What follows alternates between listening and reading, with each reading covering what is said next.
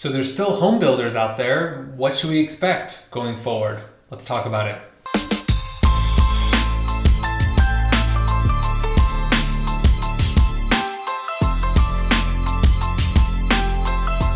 So we know across the country there's home builders, they're building these big tract communities. So what do we know about it? Well, we do know that inventory across the country is still fairly low. So if you're a home builder, I believe the nationwide average, according to HomeWire or HousingWire, is about 3.3 months, meaning if no new homes came to the market, in less than 4 months, all properties would sell. So it's still considered to be a seller's market. People are leaning towards new construction for a lot of good reasons. One, we know that they're trendy, right? So they're already done, move-in ready. And the second is it does keep your big expenses low. When you buy a used home, right, older home, you might have to replace a sewer line, you might have to replace a roof, you might have to do all these things. With new construction, you don't have to do that for a long time. Not only do you not have to do it for a long time, there's oftentimes warranties that go with it. So there's a lot of desirability that goes with new construction.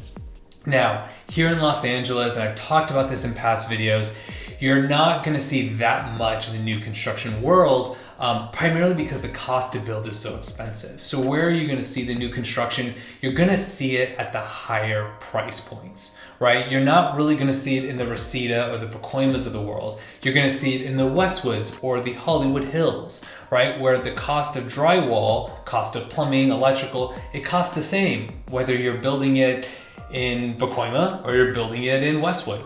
Doesn't make a difference.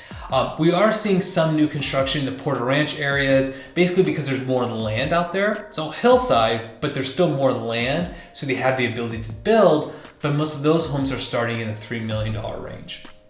So it really just depends. As far as affordability is concerned, the closest that we're gonna get going forward is what's called the small lot ordinance. Those are homes on lots that are zoned 1.5, and they're effectively detached townhouses, but they're classified as single family homes. So they might be in garage at the base level, then you might have 3 levels above that or 2 levels above that with a rooftop deck, right? Because they don't really have yards, but you're building 5, 10, 15 homes all on this one lot.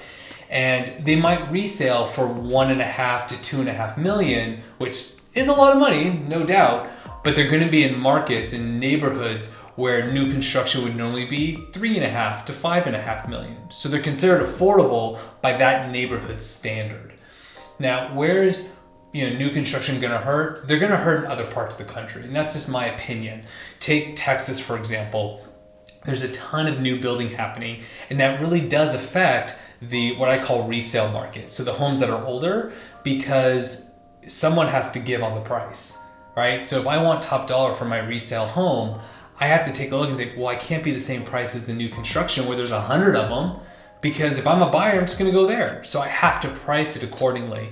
And the market will ultimately dictate what that discount is. So it is something to think about. From an investor's perspective, because a lot of my clients, as well as myself, we're investors. We want to buy and build wealth. So should you be buying new construction going into 2023? The short answer is, sure, why not? It just depends on what you want out of your investment. So the pros are, you already have a trendy house. And what I mean by trendy is, it's the finishes people want nowadays. And your capital expenditures, right? Your roof, all these things, it's gonna be cheaper in the very beginning or almost non-existent. It's really what it should be.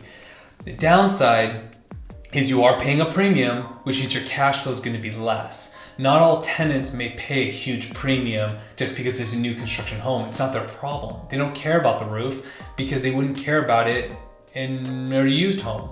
Call it a used home, resale home. So it really just depends.